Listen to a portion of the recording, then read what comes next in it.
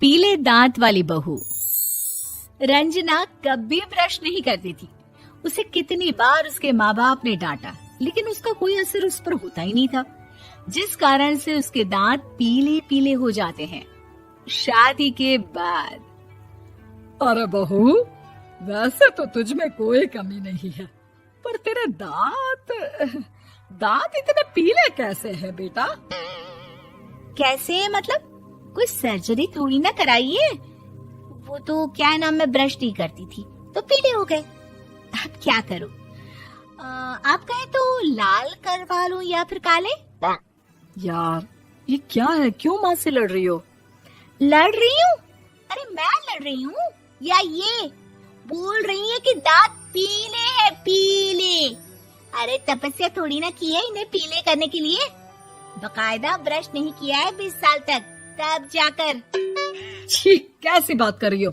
ये उस वक्त तो पीले नहीं थे जब हम लोग तुम्हें देखने आए थे। अरे तब साफ करवा लिया होगा डेंटिस्ट के पास जाकर। अब देखो कैसे पीले पीले लग रहे हैं। रंजना सास की तरफ गुस्से से देखती है। फिर शुरू हो गई पीले पीले पीले। अरे पीले तो तब भी थे जब मेरे हाथ का रसगुल्ला उड़ा उड़ा कर खा रही थी और बोल रही थी, लड़की नहीं गुणों का खजाना दे रहे भाई साहब आप। खैर, अब वो लोग करते भी तो क्या करते, पीले दांत वाली बहू पल्ले पड़ी थी तो झेलना तो था ही। एक दिन कीर्तन में रंजना गाना गा रही थी। अरे कमला बहन, माँ का द्वार है, यहाँ तो सब शुद्ध होकर आते हैं, फिर अपनी बहू को ब्रश भी नहीं करवाती तुम। दूर से पीले पीले दांत भक्ति में बाधा उत्पन्न कर रहे हैं।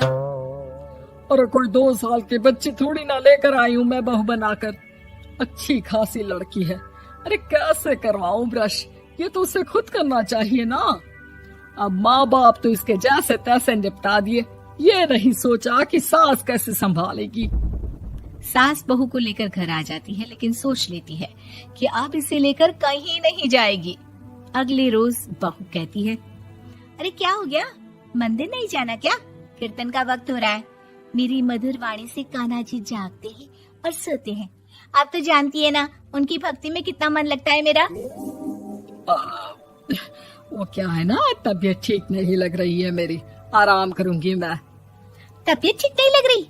अभी तो मिथुन के गाने पर नाच रही थी आप, और अब बोल रही है कि तबीयत ठीक नहीं लग रही। अरे भक्ति में मन लगा लो सासू माँ, ऊपर जाना है, क्या मुंह दिखाओगी आप? हाँ? सास को बहू की बात पर गुस्सा आ जाता है। मैं क्या मुंह दिखाऊंगी, इसकी चिंता तो ना कर, समझी? अपने मुंह की चिंता कर, जो ये पीले पीले दांत लेकर हर जगह पहुंच जाती है। पता है लोग कितना मजाक बनाते हैं। ना जी ना, मैं नहीं जाना कहीं तेरे साथ।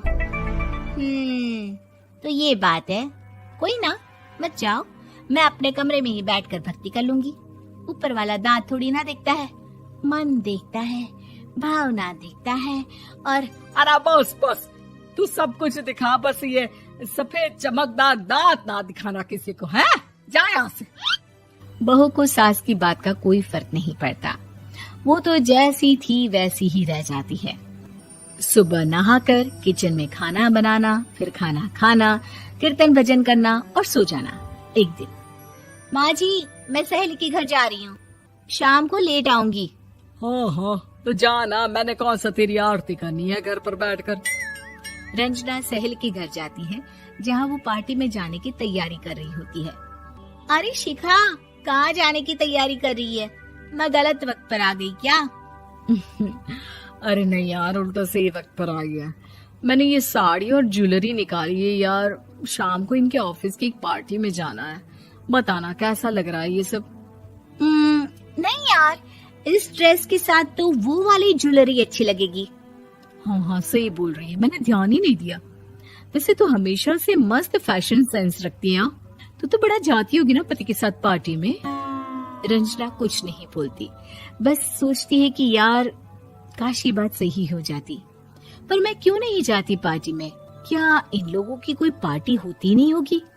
रंजना घर आती है और रात में पति से सवाल करती है, एक बात बताइए, आप मुझे किसी पार्टी में क्यों नहीं ले जाते? क्या आपकी यहाँ ऑफिस में पार्टी नहीं होती? पति बेचारा क्या कहता कि दांत पीले हैं तुम्हारे इसलिए। अरे कोई पार्टी होती नहीं हम लोगों के ऑफिस में, तो कहाँ से लेकर जाऊं? और मार्केट, मॉल, कहीं वीकेंड घूमना, कहीं तो। अरे यार सारे हफ्ते में एक छुट्टी मिलती है, तो सोचता हूँ कि आराम ही कर लूं। क्यों? रंजना मन मार के रह जाती है। पहले कभी सास के साथ मंदिर जाया करती थी, लेकिन वो भी सास ने ले जाना बंद कर दिया। घर बैठी बैठी रंजना बोर हो जाती है। तभी उसे आइडिया आता है और वो मायके जाने का सोचती है। सासू माँ, 2 दिनों के लिए मम्मी के घर जा रही हूँ। अच्छा अच्छा ठीक है, आराम से जा। और हाँ, माँ से कुछ अच्छी आदत सीख कर आना कि कैसे शरीर के हर भाग की तरह दांतों की सफाई भी जरूरी होती है, समझी? शुरू हो गई ना आप। वो लोग आपकी तरह नहीं है कि छोटी छोटी बात का बतंगड़ बना दे। उन लोगों के लिए मैं मायने रखती हूँ, ना कि मेरे पीले पीले दांत। रंजना माँ को बिना बताए उन लोगों को सरप्राइज देती है, लेकिन जैसे ही वो दरवाजे पर पहुँचती है, अंदर देखती है कि घर वाले कहीं जा रहे होते हैं। अब माँ, काश रंजना दीदी के दांतों वाली प्रॉब्लम नहीं होती, तो वो भी हम लोगों के साथ चलती ना बुआ जी की बेटी की शादी में।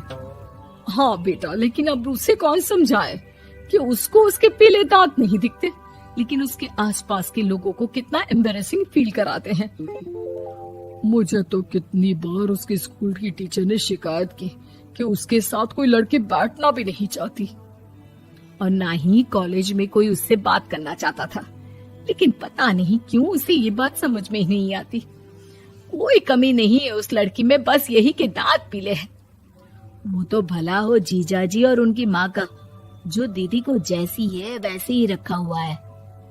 रंजना को अपने घर वालों की बात सुनकर बहुत दुख होता है।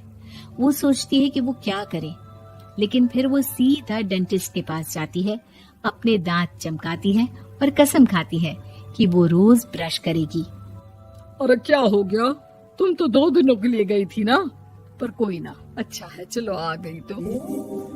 रंजना सास के सामने आकर खड़ी हो जाती है और पूरी स्माइल करती है, उसके चमकदार दांतों को दिखाती हुई। है? चले मंदिर।